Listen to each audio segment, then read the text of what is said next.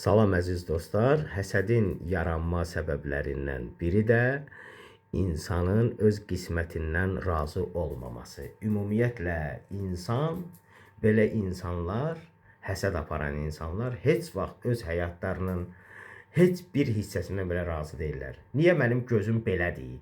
Niyə mənim qulağım belədir? Hətta öz bədən üzvlərinə belə etiraz edirlər. Mənim bir barmağım niyə uzundur? Bu dırnağım niyə buradan belə çıxdı, belə oldu? Mən niyə filan işim düzəlmədi? Məndə niyə filan şey azdır? Mənim cəmaatda bu qədərdir, məndə bu qədərdir. Niyə mənim ağlım azdır? Nə bilim, niyə oxuya bilmirəm? Niyə gözlərim zəifdir? Niyə qulaqlarım eşitmir? Bunun kimi bir çox elə niyələr var. Heç bir şeydən razı deyil. Nə verirsən ona, əşi, lazım deyil mənə, istəmirəm, küsür həyatdan. Nə bilim, filan kəsdə filan qədər var, sən mənə bu qədər verdin.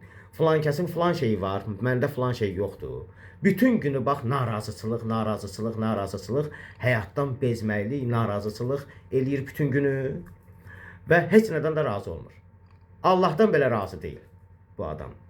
Öz həyatından razı deyil. Özünün gördüyü işlərindən belə razı deyil bəzən. Belə insanlar həsəd aparmağa daha çox meyillidirlər başqalarına. Sağ olun.